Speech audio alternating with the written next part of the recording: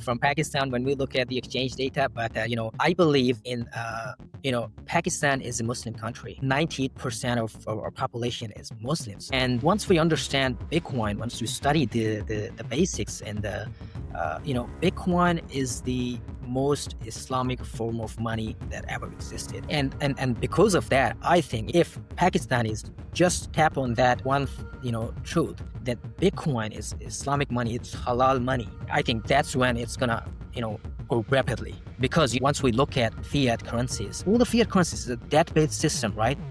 Which is completely prohibited in Islam. So fiat currencies in general, it's not very Islamic friendly. They are not halal currencies. And so Bitcoin, on the other hand, it is not controlled by anyone. It's decentralized and it has fixed monetary supply. And those are the values, that Islam talks about.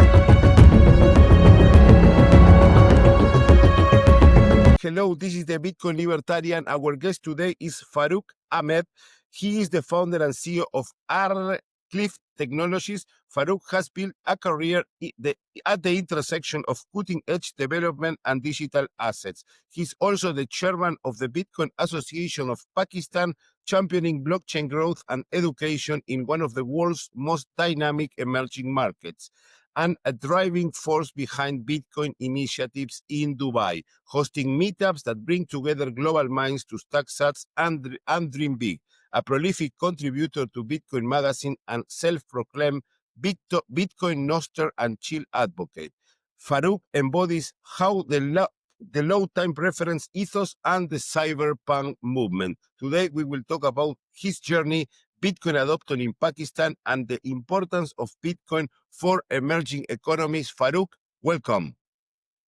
Thanks for having me, Fernando. And thanks for being here.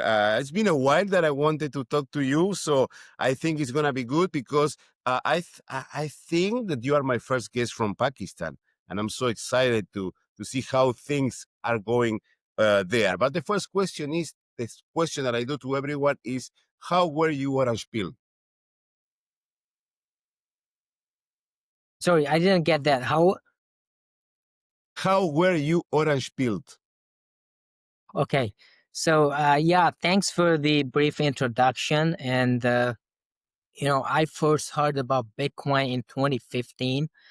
And, like many, I ignored it first. And then a year later, I discovered the Bitcoin white paper, and it completely changed my mind and how I saw money. Before that, back in when I was studying in the university, I was studying computer sciences. And 2013, I was doing a research project, and I was also involved in the freelancing activities, doing some jobs on the internet. And we always had payment problems when it came to, accepting international payments. PayPal didn't work at that time. It still doesn't work.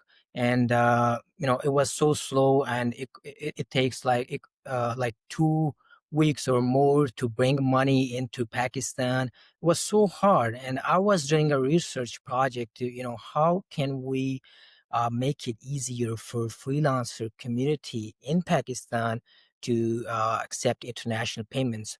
Unfortunately, we couldn't find any solution. But later when in 2016, I read the white paper and I was like amazed.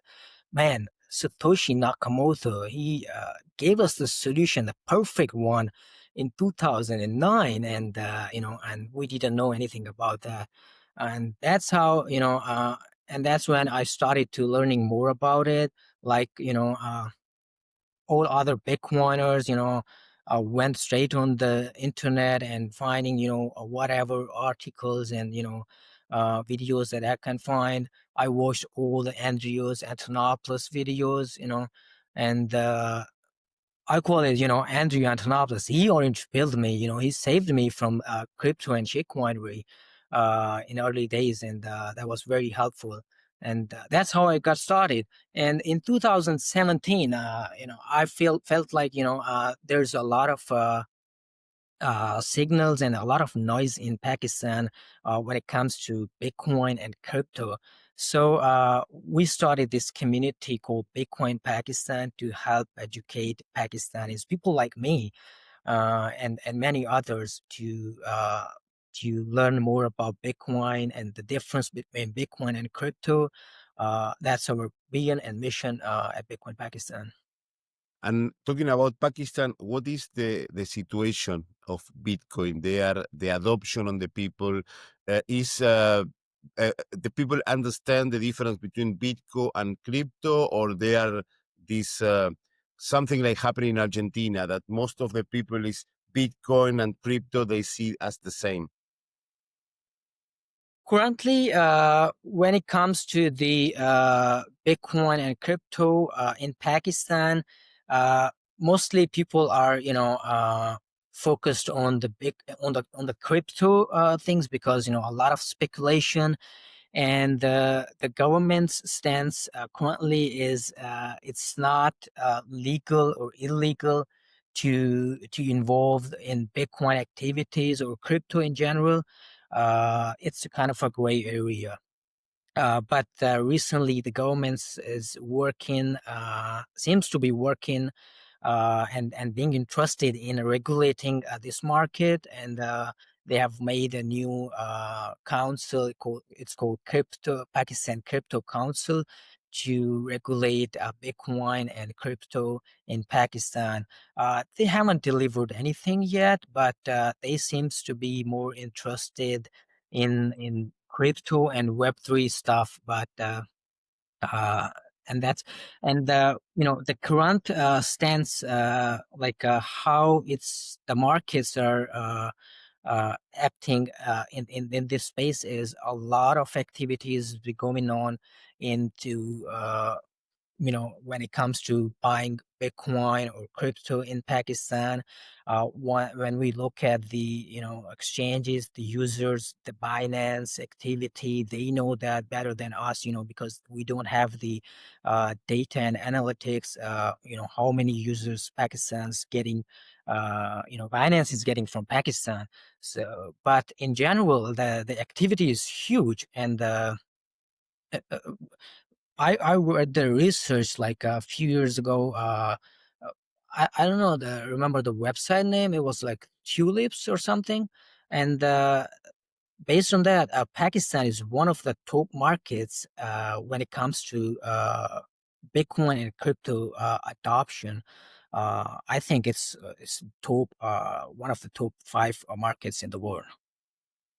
Interesting. And this regulation that the government is doing is something related to, I don't know, taxes or how to use. And I also um, heard that Pakistan was willing to adopt some kind of mining, or they wanted to mine Bitcoin and do some research. Can you enlighten us about that? Yeah, Pakistan has a access electricity. My colleague at Bitcoin Pakistan has done a research, and he published his article about on Bitcoin mining, and it said, according to that, Pakistan has 10,000 megawatts of surplus energy that Pakistan isn't using yet, and that can be used to mine Bitcoin. And a lot of activities going on around that as well. I've been involved in private calls, doing some companies with companies, Bitcoin miners that are interested in coming to Pakistan and building mining farms here. But there's this problem. We don't have the regulatory framework yet, and the government, Pakistan government, should allow some kind of a profit sharing deal with the companies they are interested in, like kind of a 50-50%, give us free electricity and we'll mine Bitcoin, and we'll keep the split the profits for 50-50. I think there's a lot of progress being made at the Pakistan Crypto Council, and they recently published, and they said that we are very close to gaining licenses to exchanges to operate officially in Pakistan, and the mining companies to build mining farms in Pakistan, and I think it's going to happen very soon. And how do you see that this can change? Pakistan economics and the current situation of the country? I'm not in the favor of governments getting involved into the in this markets, like I'm not in the favor of country making Bitcoin reserves, but I'm what I want to focus on is we need to help educate the people, and the people should be owning Bitcoin, and they should be using Bitcoin on daily basis, for payments and for savings technology, for investment purposes, and for all those things. But I think it's good for the Pakistan government. Pakistan government also showed some interest in making Bitcoin reserves, and I think that's good for Pakistan because Pakistan has a lot of debt, and if it's done correctly, I don't think Pakistan should go for another loan from the IMF to fix its money problems. Bitcoin can solve Pakistan's money problems if it's done correctly. Uh, we should be focusing more on the government should be focusing more on bringing in Bitcoin only businesses and regulations for the Bitcoin industry, for the exchanges, and for the merchants to make it easier for them to use Bitcoin as payments. I think that's going to be a game changer. And Pakistani government should look at the examples of El Salvador instead of other countries that are more focused on the crypto side of things. I think there's a lot of noise around crypto, especially in Pakistan. If we look at the for past 5 to 8 years, there's been a lot of scams activity been going on around crypto in Pakistan because of less to no regulations. That's why the scammers come into Pakistan. It's easier for them to play and manipulate people and steal their money. And when we look at all the data, how the scam's been done, and 100% of the time it's some kind of a crypto project. It's not Bitcoin. But the blame that goes to the Bitcoin when it comes to the mainstream media, they're gonna post and they're gonna name Bitcoin, because of Bitcoin, these people got scammed or robbed or something like that. So that's why the government should be, uh, in my view, uh, more focused on making clear regulations for Bitcoin, and what helps its adoption, and strict regulations for crypto, if not completely banning that. Yes, I think that banning is a word that I don't like because when you try to ban something, is worse. You Mhm. probably boost it. Is the same when people say, "Oh, Bitcoin is banned," and people keep using it. But I agree with you. I think that the biggest thing uh, that is not gonna go come from the government, but the most important thing for avoiding these problems is education. And I want to ask you the activities that Bitcoin Pakistan do towards the education and towards the adoption by the people. Yeah, completely agree with you. The change it would come from the grassroots movements, helping people educating about Bitcoin because that's very important. And at Bitcoin Pakistan, our mission, our goal is, to educate Pakistanis about Bitcoin, how, what is Bitcoin, uh, you know, and what is money actually as well, because a lot of people don't understand money in the banking system. Uh, so that's our main purpose, and we have done a lot of meetups in the past. We've done a conference as well, a little one, not at scale, for awareness campaigns, and pushing for regulatory clarity in Pakistan. We have translated a few books and articles in Urdu, and to target the people who doesn't know English very well. for them to understand Bitcoin. And our goal is to empower Pakistanis with sound money and free, that's free from manipulation. Uh, we are also going to host another conference in next year, January, and I think that's going to be our biggest meetup or unconference type thing in Pakistan. A conference in Pakistan, and tell me more about that. Yeah, it's we're still working on that. We are planning to do in early in January next year, and we are going to invite some speakers as well, international speakers, who will be ready to come in here.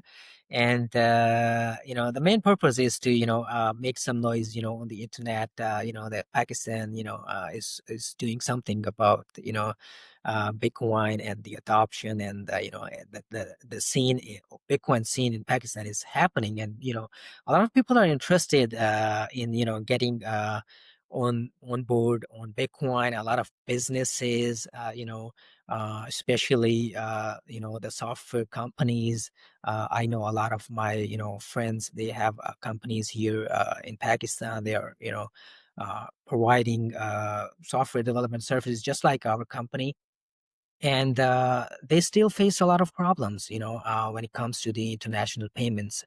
And they ask a lot of questions, how to get on board, how we can do this, uh, keeping into the regulatory framework in the country, and playing it safely. They have a lot of questions how to solve, and how to get on board. And those are the things that we are going to focus on in our conference, and help these businesses and people to understand Bitcoin, and how they can be a part of it.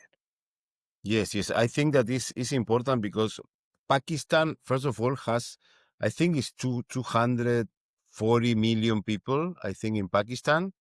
And also in Pakistan, you have a lot of people that works remotely as freelancer, or for example, we have two guys in Pakistan that help us with all the things related to the websites and the content and all the things of our projects. And again, as you said, when you have to pay them, it's very difficult because in PayPal doesn't accept PayPal.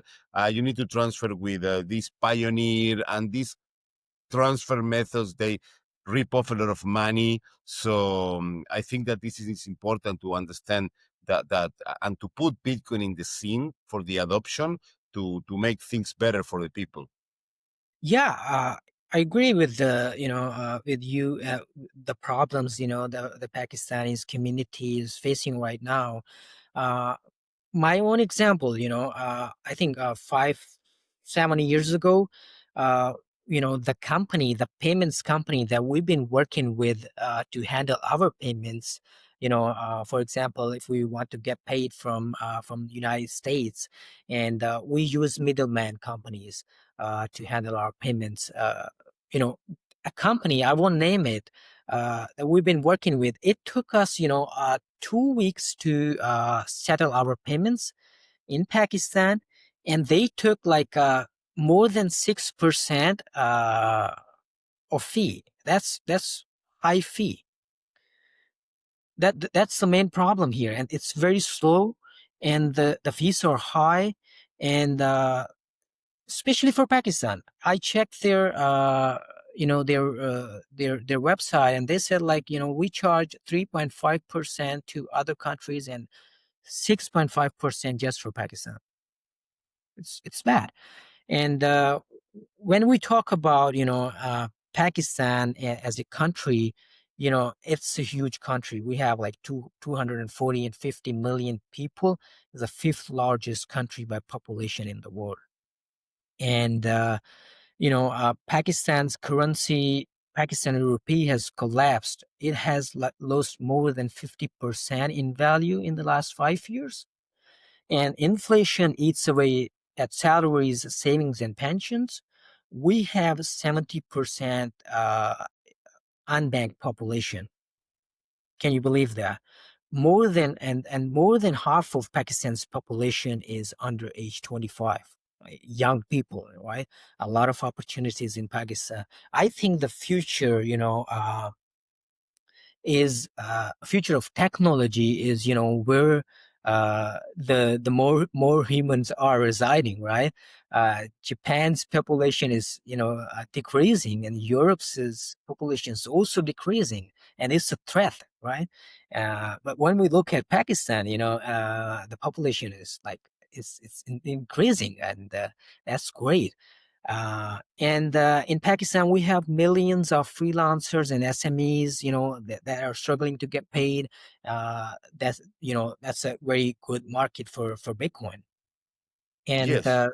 30 billion plus, remittances a year, where Bitcoin could save billions in fees. If those companies or those freelancers get paid in Bitcoin, for example, if they're using Strike app, and they, from America, they are getting paid in Bitcoin, but they are receiving money instantly in their bank account, local like PKR, if they want to, or they want to save in Bitcoin, they could, and it's less than 1% fee, right? So it's great. And I think Bitcoin is already being used informally for savings and, cross-border trades and freelancing activity in Pakistan, but not officially. The people, they're using it because of, regulatory.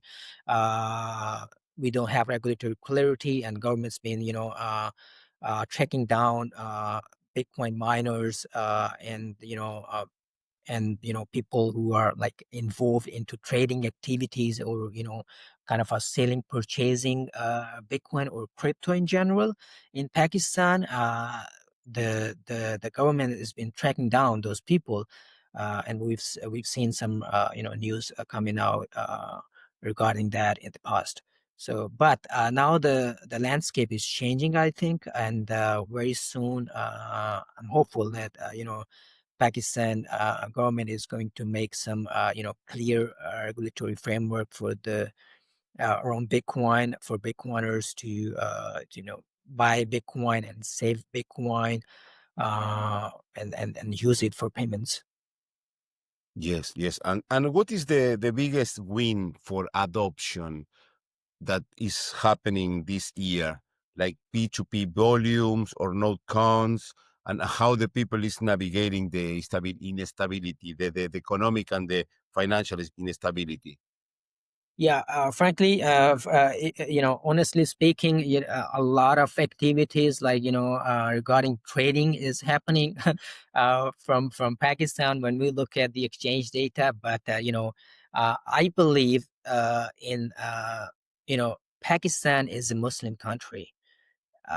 98% of our population is Muslims, and once we understand Bitcoin, once we study the basics, and Bitcoin is the most Islamic form of money that ever existed. And because of that, I think, if Pakistanis just tap on that truth, that Bitcoin is Islamic money, it's halal money, I think that's when it's gonna, grow rapidly. Because once we look at fiat currencies, it's all the fiat currencies is a debt-based system, right? It's which is completely prohibited in Islam. So fiat currencies in general, it's not very Islamic friendly. They are not halal currencies. And so Bitcoin, on the other hand, it is not controlled by anyone. It's decentralized, and it has fixed monetary supply. And those are the values, that Islam talks about what a purest form of money should be.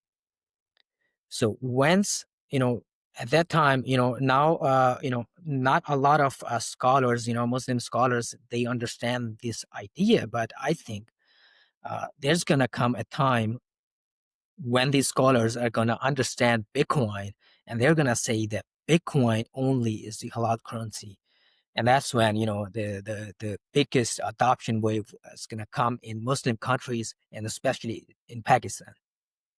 Can you enlighten us a little bit why is halal money? What does because I know the halal term because I live in Hong Kong. I've been living in Asia for almost 10 years, and in Hong Kong, and previously I lived in Thailand. There is a huge Muslim community, and I see the term halal. Can you explain us a little bit what is halal and why you have this connection with Bitcoin that is halal money? I mean, look at the legacy financial system that we have. It's completely controlled. It's controlled by a few, right? And it's debt-based system. Inflation. It's prohibited. It's not Islamic kind of rules that for a money to be right. Uh, so the banking system, it's debt based, it's riba based, and Bitcoin on the other end is completely decentralized, not controlled by anyone, fixed supply, and if I'm holding my Bitcoin, my private keys, right? I am the only owner of my Bitcoin, and it's gonna go up in value in the future because because of it's deflationary, right? So those are the thing when we compare about the Bitcoin with the legacy financial system, the fiat currencies. That's why when we get it that Bitcoin is halal currency and the fiat currencies are not, and people, Muslims especially, we need to first understand fiat currencies are how the banking system works. Saifuddin, in his book Bitcoin Standard, it talks about this very in detail, and I recommend everyone was interested in read the Bitcoin Standard, and you will get all the answers. Yes, I think everyone must read the Bitcoin Standard because it's so clear. And it's when you mention about the halal money, I remember. Well, I studied economics. During there is a book written by a saint, a Catholic saint, that he's Saint Thomas, that he condemns debt and interest. So I see how also connect this study of this saint of the Catholic Church that was condemned the debt. That at the end of the day, the fiat money is debt, it's not real money. And how do you connect with halal? And this is something that brings me to when you talk about Bitcoin. We all the Bitcoiners we share a lot of things in common. I spoke with many Bitcoiners. From South America, United States, Europe, Middle East, Asia, totally different backgrounds, totally different religion, totally different language, but in the core, we share the same values. It's incredible how Bitcoin connects us to everyone. True. And when we talk about this how Bitcoin is halal, a lot of people have different opinions, and because it depends on your understanding of Bitcoin, and how do you see it, and how much understanding and knowledge you have, and how much research and hours and time you have put into understanding Bitcoin. So I think it's very important. We need to understand the fundamentals of how Bitcoin works, and and the fiat currencies. It's about control, right? Islam doesn't says that money should be controlled. It shouldn't be controlled, right? It shouldn't be controlled by anyone. If money, it can be controlled, it can be abused, right? For example, gold was the best form of money used like thousands of years ago, and it's the best Islamic currency at that time. Not now, because now the all the gold supply is like kind of index based. It's not like you cannot hold physical gold. It's so hard. At that time, gold was so hard to mine. It was like very hard to forge and very hard to manipulate, and that's why those are the properties. Big Gold was accepted as a best money for Islamic money. But now we are in a digital world, uh, with these fiat currencies that are completely controlled. I like it, how Andreas Antonopoulos says it. He says it's not a money system, not a banking system. It's a system of control. So Bitcoin, is an exit from that. It provides you freedom. It provides you the ownership of your money, of your wealth, and provides you an exit from the system and corrupt system of control and a corrupt financial system. And that's why you called Bitcoin like the native currency of planet Earth, right? Yes, exactly. It's an interesting concept. And talking about things that are happening right now, I saw that you post some things related to dev wars. What is happening now between the nodes and core? What do you think about that? What do you think that what can this do to the Bitcoin ecosystem? Yeah, there's been a lot of noise, when going back to 2017 era. We had you know the block size war, and there was a lot of noise. People had mixed opinions, and it turned out well. Bitcoin always finds a way to protect itself. I don't think that it can be you know Bitcoin cannot be corrupted. It's a self purifying system, a network that always finds a way, and always picks the right way, and it always keeps going into the right direction. And about this discussion, the lately been happening in the Bitcoin industry, about nodes and core. I'm always siding with the core, and and giving time, people will understand. And yeah, that's it.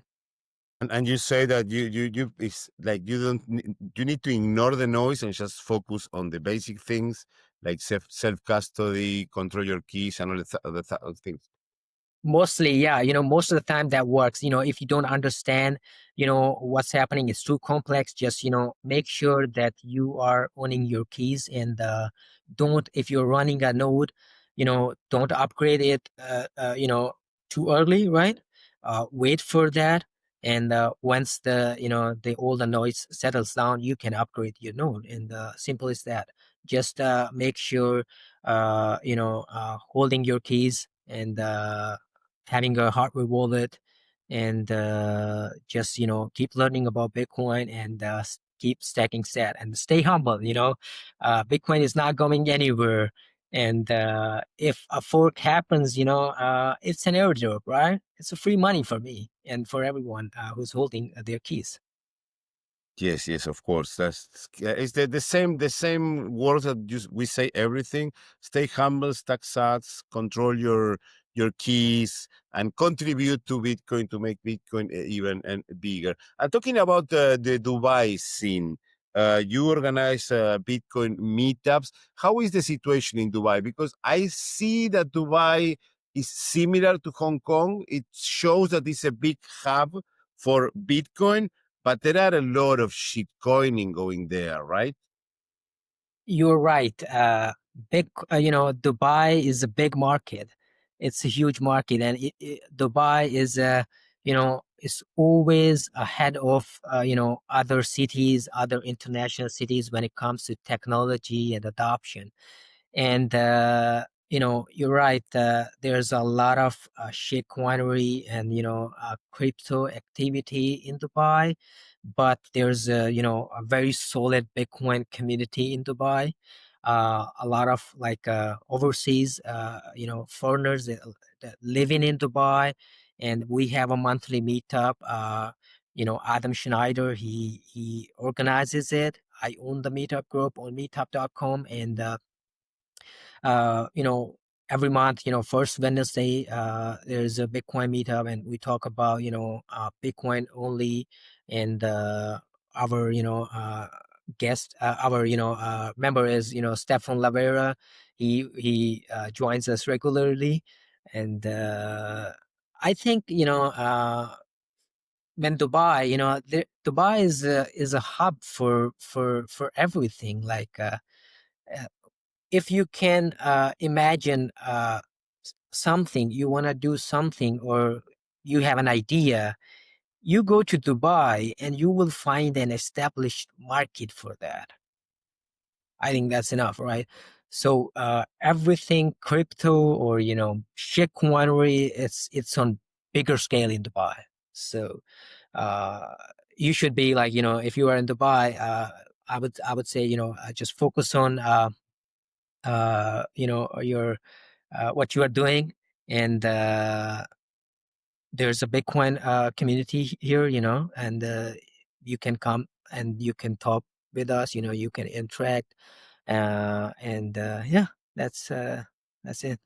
Yeah, because when I've been in Dubai last year, I've been in Dubai, and I saw that I have a couple of friends there that they are into shitcoining a lot, doing shitcoins, and I saw that was similar. Like, for example, here in Hong Kong, you see a lot of Web3 and all this NFTs crap and all the shitcoining, and you don't see a very huge movement or community, even though we have a good players here in Hong Kong, but you don't see a very huge movement towards a Bitcoin. It's more like, again, this shitcoin project, this Web3 projects, the NFTs, and not too much about Bitcoin. And Stefan Libera is living in Dubai.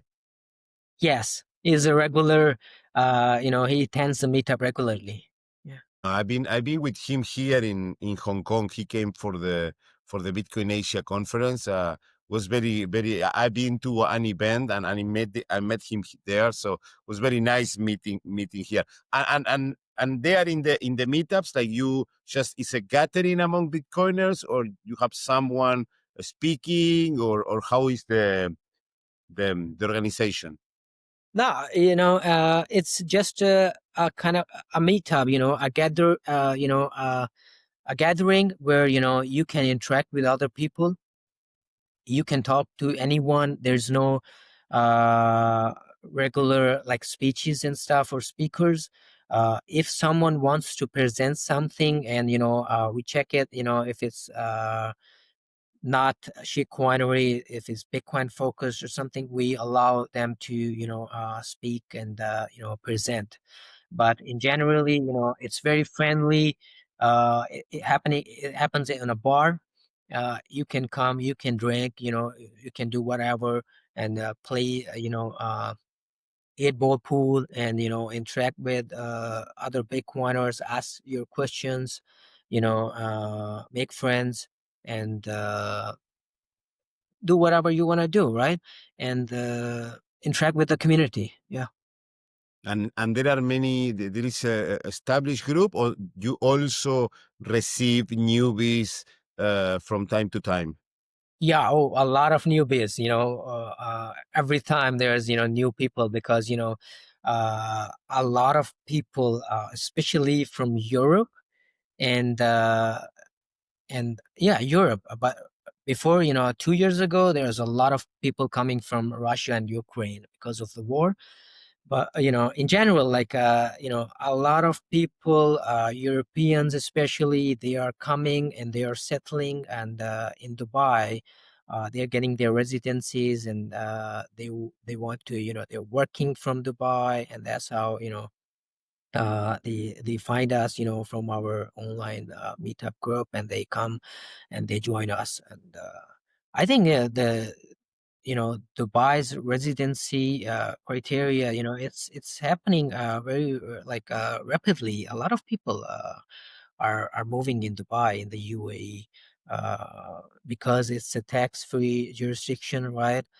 in Europe and Australia, you have to pay a lot of taxes, and those same companies. I met a guy on our meetup, and it was Australian, and he said a company, I won't name it, they hired him, and they said, we're gonna help you settle in Dubai, and you would pay 0% tax, right? And he said that's the only reason I came here. And now I'm here, I'm very happy. I keep my 100% of my salary, and I can send it anywhere, in my country, or I can spend it here. So I think that's the main selling point. Yeah, and I saw that there are. I was talking with my friend last year when I was there, and there are a lot of incentives from the government for people to move to Dubai. And also, I heard that for the local, the government give them like a house or like a loan for buying a house. Is it true? I'm not aware of that. If the government is supporting foreigners to come here, no, they are actually, there are golden visa plans, 10 years golden visa. You pay Yeah. a fee, or you make a real estate investment. I think it's 2 million dirhams. uh, it's not a government donation, right? It's a investment. You buy a property worth of 2 million dirhams or more, you get a golden visa. It's a 10-year golden visa, and you can bring your family with you as well. I'm not aware of anything around, like, government is supporting foreigners to come here. No idea. No, no. I didn't say foreigners, but locals, not the foreigners. There is a lot of this. I was told that the visa process and all the things to settle down in Dubai was easy for foreigners, but they are also doing a lot of benefits to local people. Could be, In but I'm not aware of that. But maybe it's because they want the locals to get involved in these markets, because a lot of business activities that's in Dubai, that's handled by the family offices. They invest in the technology, they invest in businesses, they invest, in foreigners. They're, bringing in startups and, ideas into Dubai. That's why I like it. It's a very friendly place, and, it's very safe uh, city. There's no, like, uh, crime. one of the, in Dubai, one of, my friend, she came from France, and at 11 at night, we were having a little walk on the street, and she told me that she cannot walk like this, after 9, or in her own country, in France. She would either be get robbed or something, or be kidnapped. So she said it's very safe, and she was amazed. She was, first time in Dubai. So that's the main point. It's very safe, tax free, and very friendly. You would find people from all countries. I'm in Dubai, and I feel like home. I can find Pakistani food, everywhere I go. Right. I see Pakistanis everywhere, in Dubai, and that's huge for me, right? Yes, interesting. Yes, as you said, it's very safe. It's the same that happened in Argentina. What the French girl was telling you, you cannot walk in the night without being robbed. For me, here in Hong Kong, it's like the same. Like in Dubai, it's super safe. I can walk at night and nothing happens. It's very safe. So that's why I like living here. And you also preach Bitcoin, Nostr, and chill. Talking about Nostr, because it's something that I like so much. And I think that of course we are, if we are early in Bitcoin, in Nostr we are extremely early. How is the adoption of Nostr in Pakistan and in Dubai? Do you see people using it? Do you see people building things to Nostr? you know, when Jack Dorsey started, talking about it back in 2021, I guess, or two. Sorry, I forgot the year. Uh, I jumped on it, and I set up my account, and I started talking on my account and Nostr.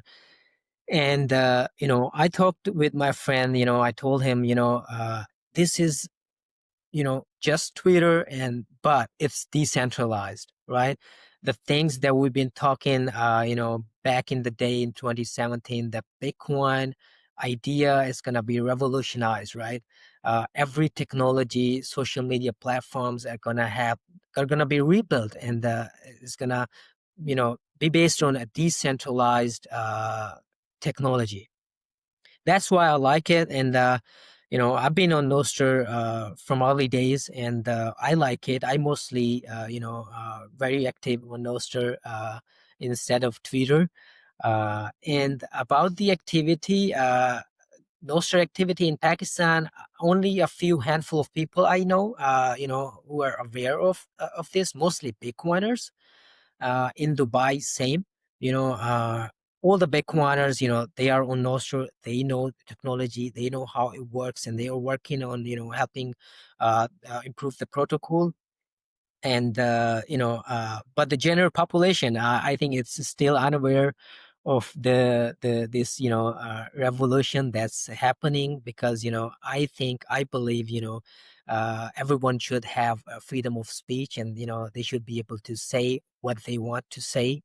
uh Not the wrong things, of course, but if you are expressing your ideas, the things that you want to talk about, you should be able to. And not a centralized party or anyone should be able to shut you down, like it's been happening on Twitter, and or Facebook, and other platforms. And the other thing is, you should be able to own your own data, right? These companies, they own your data. They see your activity, your interest. They know. I tell my friends, who use Facebook. I stopped using Facebook, from 2013 or so. I tell them that they know more about you than you know about yourself, right?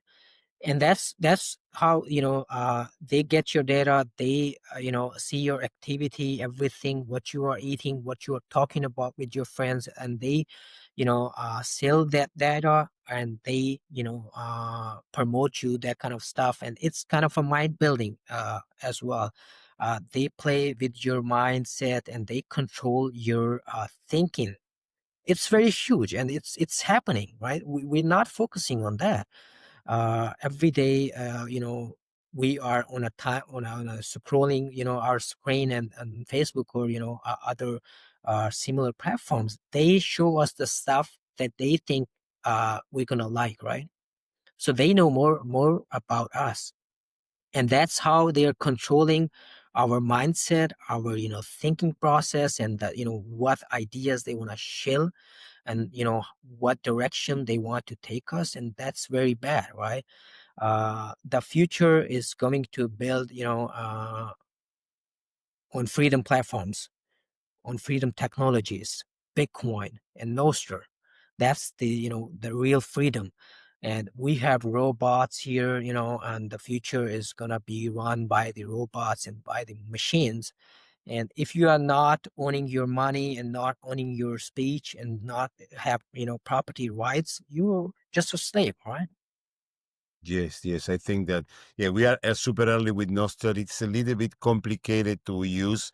And people that is not into Bitcoin, they are not interested, but we are trying to push the narrative again. As we were pushing Bitcoin yesterday, for example, I recorded a video in my channel in Spanish explaining what is Nostr, how it works, creating an account on Nostr. So yeah, we need to keep pushing, keep purple pilling the people to think about the importance of freedom of speech, of owning your own data, owning your own audience, and this is important. And talking about things that you spoke on X, what wild Bitcoin native innovation from Mars mining to global beef networks keeps you staking with conviction? I didn't get your question. Sorry. Because some things you mentioned on X, like mass mining jokes and global beef networks that can happen with Bitcoin adoption, with Bitcoin innovation. What of these ideas keep you stacking Bitcoin with conviction? Yeah, I mean, when it comes to the Bitcoin adoption and the mining and the uh, activities, these kind of activities, it's all always about getting on board on the technology level, helping using it, and in whatever way you can improve your life. If I am getting paid from United States, like my money is coming from my client wants to pay me, and I'm sitting in Pakistan, and I'm paying like a 10% fee to a middleman, and I could save that, if I use Bitcoin. That's a revolution and the problem solving technology for me. And yeah, those kind of things. And uh Bitcoin mining in Pakistan is I think you know it's going to happen with the government's help. Uh, you know, a lot of other the activity has been coming in on the individual level. If we talk about the mining opportunities in Pakistan, a lot of individuals, home miners, been doing their stuff. But it's not like very profitable, right? So it should be done on scale, and the government should promote it, and bring in the Bitcoin miners that are interested in coming to Pakistan, helping with the regulation, and giving them the opportunity to play fairly uh, in the market. Excellent. And to start closing is I want to develop a concept that you put that Bitcoin is a peaceful protest against tyranny. Why do you say that? Yeah, you know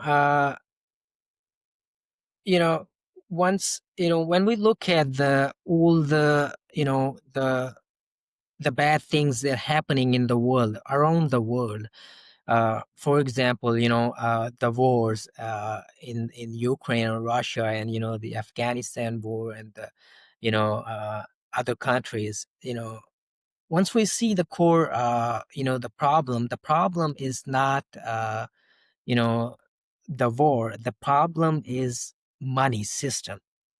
It's about control and power. And the core thing is fiat money, fiat currency. It promotes wars, it brings in wars, and it brings tyranny, because of human psychology, human greed. It's a system of control. If it can be controlled, people of greed, they want to control it, they want to get their share. That's why, I say that, Bitcoin, if you are using Bitcoin, if you are onboarding on Bitcoin technology, if you are living on a Bitcoin standard, you are doing a peaceful protest against, all the tyranny that's been happening in the world, and you're doing a good thing, right? If everyone is living on a Bitcoin standard, I think the world would be a very, very safe place for everyone. Yes, totally agree.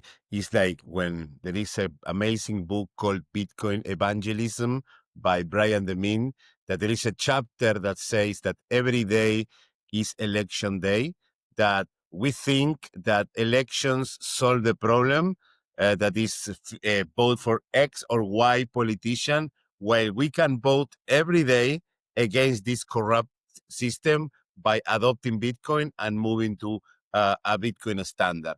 And to start closing the conversation, I have two more questions. The first of this is how do you see the future of Bitcoin?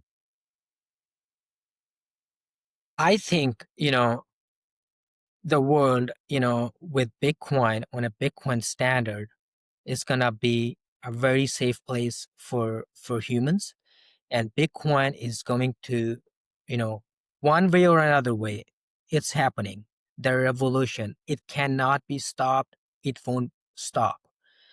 And Bitcoin is going to become the reserve currency and everyday currency for 8 billion people on planet Earth, and it's going to become the native currency of the internet.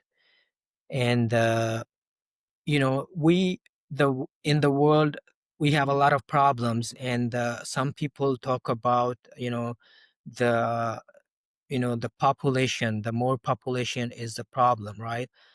We should have less people in the world. I don't agree with that. Even if we have you know double the people that we have today in the world has enough resources, right?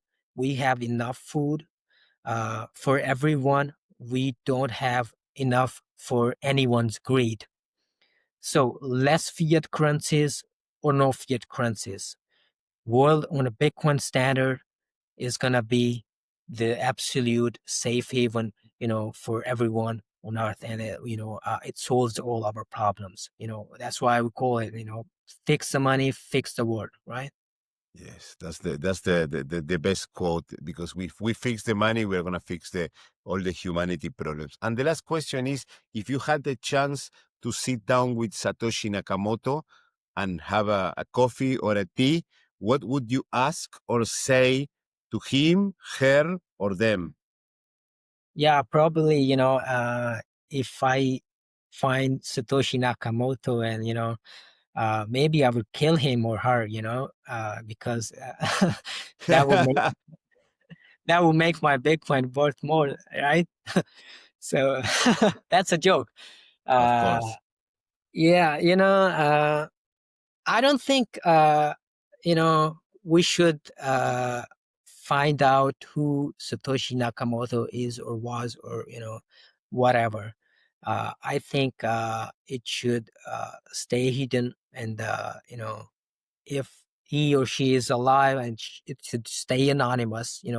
Don't come on the picture, and don't use your Bitcoin. Don't move your Bitcoin, the 1 million Bitcoin that Satoshi has on his or her wallet. Yes, yes, because I think that this is a gift for humanity. That this wallet that is frozen, and I think that it's not gonna be moved. So, Farouk, has been a pleasure to talk to you. Anything else you want to add, and how people can contact you?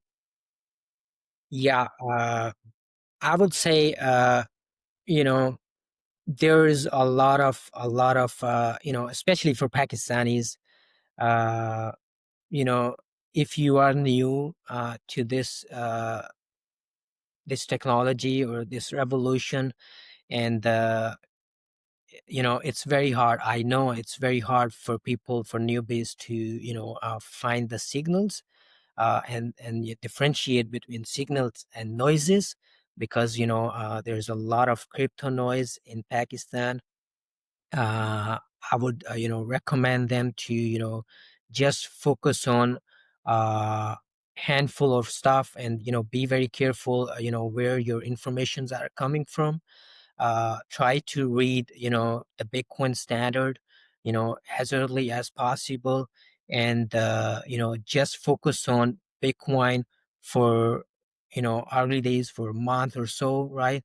Once you understand enough, that will be enough for you to stay away from crypto and shitcoinery, and that would save you a lot of time and effort, and you'll be able to protect your money and wealth as well. And yeah, that's pretty much it. And you can find me on Nostr. My handle is Farooq, and on Twitter, I have my handle Farooq Ahmed, Ahmedx, and I have already put my primal wallet link on my Twitter profile, so it's easier for you to find my Nostr. Excellent. Again, Farooq, thank you very much for your time. If I have the chance to go to Bitcoin MENA, I will meet you, and looking forward to all the projects that you are running, and I wish you the best for the future. Yeah, it was great, Fernando, and I, appreciate your, coming on your show and helping, telling people about, Pakistan and what we've been doing here.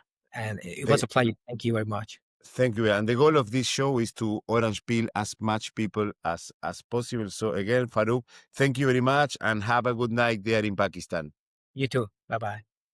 And thank you very much to everyone who is on the other side. If you like the episode, please give us a thumbs up, subscribe to our channel, follow in our social media, and help us on this mission to orange peel the world. Share this episode with the people you love. Share this episode with the people you hate, because we must reach 8 billion people and onboard them to Bitcoin.